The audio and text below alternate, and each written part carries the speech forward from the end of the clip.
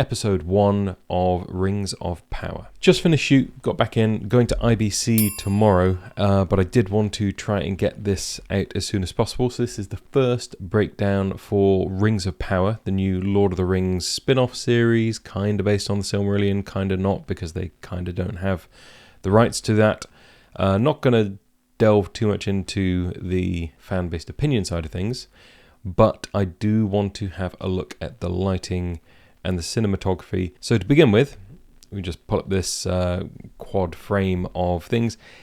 There is something here which I think will become a bit of a theme throughout the whole series, and that is use of rather extreme close-ups and a lot of shallow focus within that. So the first few shots of the very first episode are really hazy, dreamy sunlight kind of flaring and very shallow depth of field as well. Really close shots. And then paired with the wider shot that you can see top right hand corner, giving you the context of what is happening within this. So the wide shot really allows you to have all of these other shots and have them not be completely abstract. So you do need the wides. Anyway, gonna whiz through because that isn't the important part. So everything is catching the sunlight, and you can see even the tops of things on this hillside, tussocks of grass, the bits of rocky outcrop are catching the light, and of course the talent are all getting sunlight down the sides and on their heads. It's a really nice look. There's plenty of fill in there, so if we're looking at their faces, you can actually kind of see a warmth pushing in from this warmth pushing in from this side, and that's filling in the face, and a little bit cooler on the right hand side. Now you can't really see any of that on any of the other characters there, and I would imagine that that is some kind of warmer push coming from the left hand side for this talent just here, and then the rest maybe is a more frontal push. It certainly isn't very down, given how bright the sunlight is. If you just go out and you point a camera at a subject and you're getting this kind of shot, you probably won't get anywhere near that unless you're out in a very snowy field or some very bright sand where you get a lot of return. This, you need to bring in some really big frames of bounce to just fill that back in, or of course, huge lights is another option. But I would say scheduling and bounce can get you this, and it does feel that on the left hand side he's warmer than on the right hand side. We flip to his point of view, so he is now looking across at this character. Now what is weird about this? A boy looking across, backlit, at a girl sitting, backlit. It's something we see all the time. It's not remarkable, other than the fact that they really lean heavily into it here. So almost all of the sequences within this first episode that have elves have them very stylistically backlit. And I think it's interesting to look at the way they've done this, because think about your production, think about how you approach these things. You have to schedule this, and you have to know where the character's going to be, because it isn't completely obscure where she's sitting. We get to see another sequence in a moment where actually it all knits together and you see both at the same time. So you really need to think about how that sits in your scheduling, or you need to be bringing in huge lights and creating all of this, but over a scene as vast as this, it's really unlikely. So just to call it out, she is backlit, clearly. Sun coming in here. Lovely look just there. And the colour contrast is nice as well. It's often quite difficult to make people really stand out, especially Caucasian people, against this sort of grass here, where it all just kind of goes off to beigey skin tone kind of vibe. So having the slightly yellower green coming up in the foreground just gives us a nice cut. We have the rock at the top just here, which helps to give us a little bit of kind of negative in the frame. So there's something that's down along with the rock that's just here. And that, from a composition point of view, is all making diagonals across the frame like this. So we are focusing in. Obviously she is then positioned kind of on a third. Ooh. If I don't do that, it doesn't draw. Ooh, there we go. Kind of on a third, you know, very rough thirds just there. But compositionally then, it all makes sense. We've got some strong elements within the frame just there which help to sell the fact that we're meant to be looking at her. And then, like I said, the color contrast with the green and then going to the beige and then going to the green and then going to darkness, it just knits it all together. Nice frame, nice composition, but they're utilizing that backlight constantly. So we jump onto the next shot, we get into all these close-up shots of her. I realized what I did after I did this. I was just looking to bring in some frames, and then I put the two frames together, and I'm sorry for this, you know, yeah, I suppose we could fill in, add a little bit of nose back in there. There we go, perfect. Nothing too remarkable in the close-ups. They stay consistent with the direction of sunlight for this, so we are getting it from this direction on her cheek and that direction on her eye. We have kind of got a sense of it on this shot as well, where we're getting top light on her hand as she's folding this little bit of paper just here. Oh, massive spoiler alert, obviously. I'm going to be breaking down the episode just here, so if you see something and you haven't watched the first episode, it's your own fault. And then we have at the top the rest of the children running cross frame to see what she's up to. Not going to talk too much about that. Now here we see the first set of children, and they are all backlit from this direction, and Galadriel is backlit from this direction.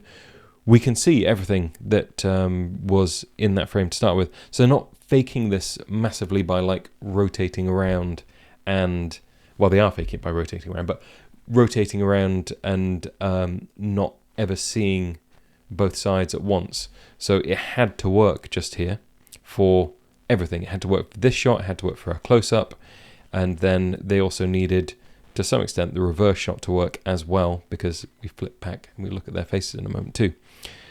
Nothing to remark on too much here other than it all looks glorious, and we have a little bit more context for the boulders and things. There's sun over the top just there as well, and that's all looking cool.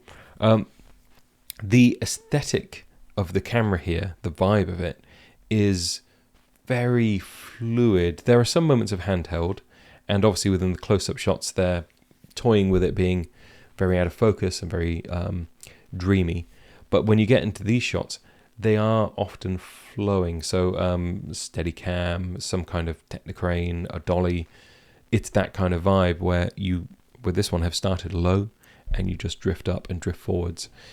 Shots with Galadriel, we're drifting around her. We're constantly moving the camera. So it does make it harder if you're bringing in frames or anything. They're not just static shots that you can dress things in on the edge of. They're doing big frames with this. It's very cool. And it's the kind of thing which, you know, you're starting with this shot just here. You could easily go out and film something like this with a little gimbal, just staging it, getting the framing right. That's half the battle, picking the right time of day, and then being able to move your talent around suitably and also have some element of return and bounce within that as well. We see the reverse just here, and this is the first time where things don't go completely backlit, which is interesting. So down the side of his face, you can see the slightly harder shadows that are happening just there. Still looks good. There's no issue with it at all. And we have that, of course, across the rest of the kids in shot, and they all move around. We see much more lit areas just here, and this stone is catching a lot of light just there as well. So a much more lit frame compared to the others, in terms of how much of the stuff in the foreground is actually pinging, but still very well balanced, and they're just peeking around. I'm curious actually. Yeah, so you can sort of see something in his eyes just there, which, to be honest, is probably this stone, giving him a little bit of return into the eyes. Apart from that, can't really see anything to give away if there's another lighting stroke. They're not too worried about really hot areas of exposure around the hair. They just kind of let it go out to white. And this particular actor has very loose, flowy hair. So we are getting flyaways and little bits and pieces, but that all adds to the vibe here. They're not trying to make it smooth down perfect. They're trying to make it dreamy, ethereal, kind of summer, hazy vibe. So yeah, that bright edge actually really looks good and plays into all of that. Kid shout across, getting a little bit more of the rest of them in there as well. I'm not going to talk too much about that. And then we cut back to this where we see all of them in frame with Galadriel in frame, and we're getting some sky just here. I'd be fascinated to know if this is genuine sky or some kind of sky replacement they've done after the fact. Actually don't know what cameras they're shooting on. If anyone knows what camera system this was shot on, drop it down in the comments below, because that's going to have a big bearing on, you know, dynamic range and everything. Obviously, original Lord of the Rings, we were looking at film, and then moved to The Hobbit, and that was all 48 frames per second on Red, I think, for that. So I'm curious what they're using for the Amazon series. Now we go into a sequence then with her brother, and this is an interesting one because we've got the big tree just here, and that gives you the excuse always to play with your ratios a little bit more. You're in the shade of a tree, you're seen to be in the shade of a tree in the wide shot, so then you can come in and you can shape a little bit more and it feels justified. But they haven't actually gone as down as one might imagine here. So we've got them in the foreground, we can see backgrounds lit with sunlight in the background, and we can catch a little bit of sunlight, you know, dancing across the top of the grass just there, and playing on the tree sort of around here. Not so much on them. If you're looking at this shot, they're not really catching the sunlight at all, but they are really really clear in shot. You can read it very easily.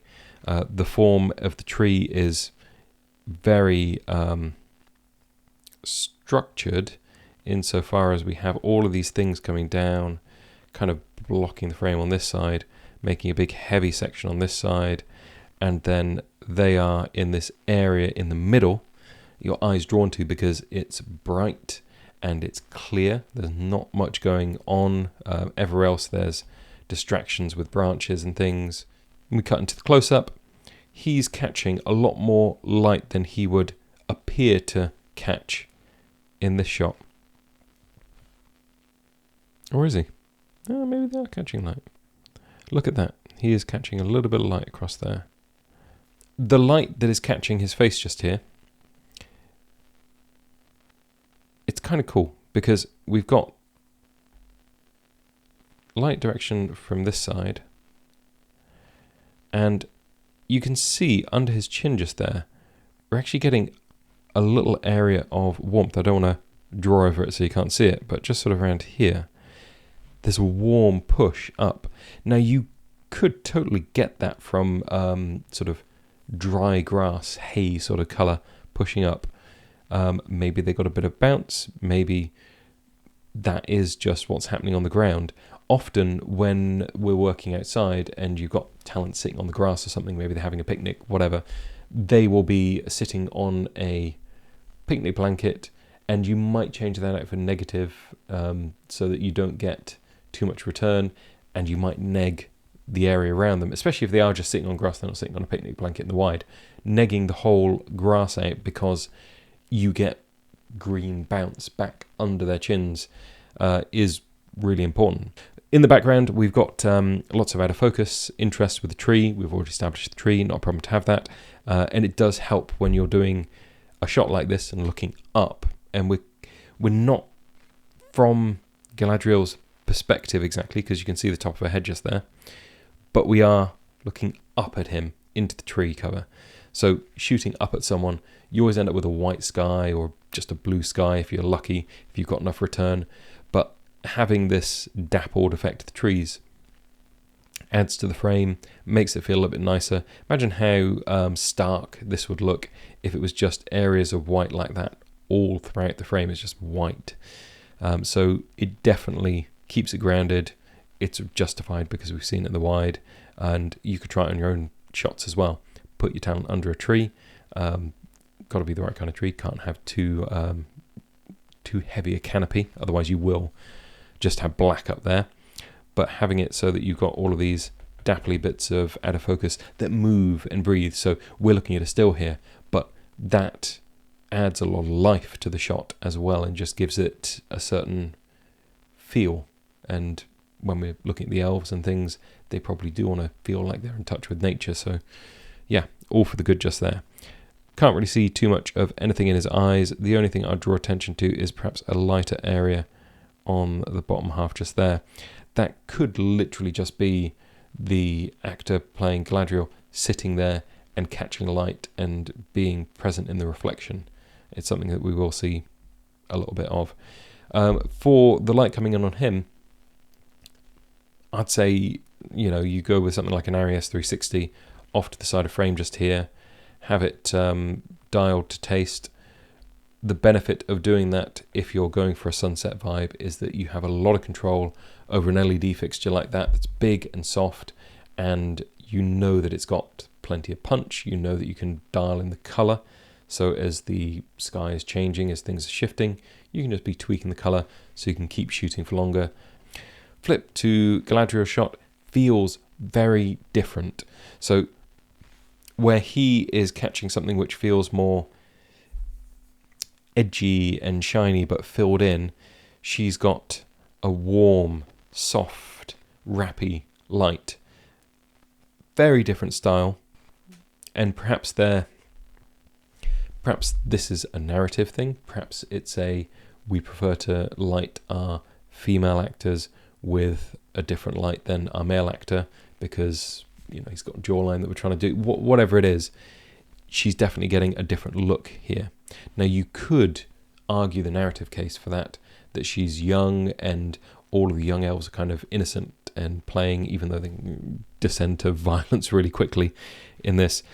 It feels like, and if you look at her eye just there, you can see there's a bounce pushing the light back in. It's wrapping right around, doesn't feel as sidey as it did for him.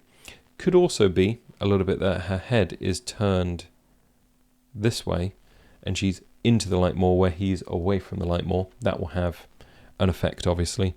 We haven't got the extreme edge light on her, but there's definitely a little push. This does feel like sky, actually. When you shoot outside and the sun is going down and the sun's over here, the sky itself over here gets cooler because there's no sun. The sun is the thing that's 5600. If you meter what the sky is when the sky is blue, it goes way, way, way cooler. So if you're ever in a courtyard, is really interesting one. Our offices used to be in a courtyard, and the sun, when it wasn't down there and it was a blue day, if you look at the top of someone's head, they just look like they got a blue glow over the top of their hair. So this actually being cooler on that side makes a lot of sense. That's pretty legit. We can kind of see the grass as well in the background getting some of that light as well, although not super bright. It's interesting to look how far around this is wrapping as well. It must be a relatively large source. And he is very down on this side, but is still getting definition in his cloak. So you've got the light areas coupled with the dark. It's nice, it gives it shape. What I'll often do when I'm shooting something like this, an over the shoulder shot, is bring in a 4x4 floppy over the top of the talent on this side. So we put a big floppy over the top of them, and that just takes everything down, keeps the focus on the main talent, if you like, on the other side. So we're not distracted, but we're aware that there's the other person there. It makes sense visually when we're cutting between them, but it just gives us an area of down cloth. In this case, it could be someone's face, but in this case, it's cloth. So then just zooming in on her eye again, it's interesting to look at the shape of the frame just here And it does look, it looks kind of square. You can sort of see and draw it off here. It is sort of square like that, but it's a little bit distorted. That may just be because it's going into a pupil just there, but it looks more like an L shape, kind of like that, than it does anything else. Totally could be a square frame and just being distorted by eye, or maybe it's a bit of fabric and it's kind of just, they flopped it down. They want it to feel a little bit more natural, so they haven't gone for a complete square. Maybe they laid it down on the ground a little bit. Maybe it's a bit like a cove light, more like that. So you're just sort of getting a big bit of fabric, wrapping it around a little bit, and just letting that natural fall off happen, rather than trying to fill in and edge your fall off around with discrete frames. Just make it one homogeneous or semi-homogeneous source where it's radiating around. At the end of the sequence, jumps into another wide. We're left with her sitting just here, and then he walks off over the hillside. We've still got the mountains, lovely sunshine, a little bit of wispy cloud. The tree feels a lot darker now. What's interesting about this is when you flick to the next shot, we have beautiful light on her, lots of light catching the tree in the background, but it's the reflection in her eye that I find intriguing here, because you can see a really defined line across, and it is as if someone is looking out at that hill line and then seeing the sky and the mountains. You can almost see that represented in the reflection in her eye, and often you won't get that in an eyeball. You'll find that this shot, we've cut to the reverse shot of her looking at the sunset. Either that will have been done earlier in the day, or that will have been done on a different day, or that will have been done at the end of the day, and they'll fake it and just make the shot a little bit tighter and bring a light in and have it hit her face. But the fact that you can see the sky in her eye and see the edge of the hill means that this feels like it's been shot pretty close to where it would be in the narrative structure of things just there, which is really fascinating. And I don't think I've ever actively noticed catch lights in eyes so much as I have when I've been looking through this. They're not all perfect catch lights. They're often catch lights which feel like an environment is there, and that tells you a lot about how they shot it, when they shot it, and any diffusion frames and that kind of stuff that are being used. But yeah, looks fantastic.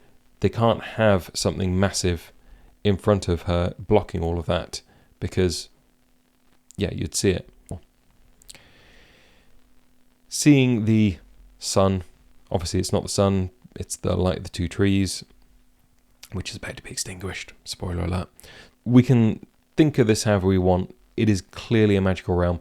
They don't have a light which is moving, which actually, thinking about it, let's think about this for a second. The light of the two trees are right next to each other. The two trees don't move, so why would the two trees give you backlight wherever you stand? Because they're trees. They're not ents either. They're not ents, they're just trees, and they don't move. So why would they give you a backlight on this side and then on this side?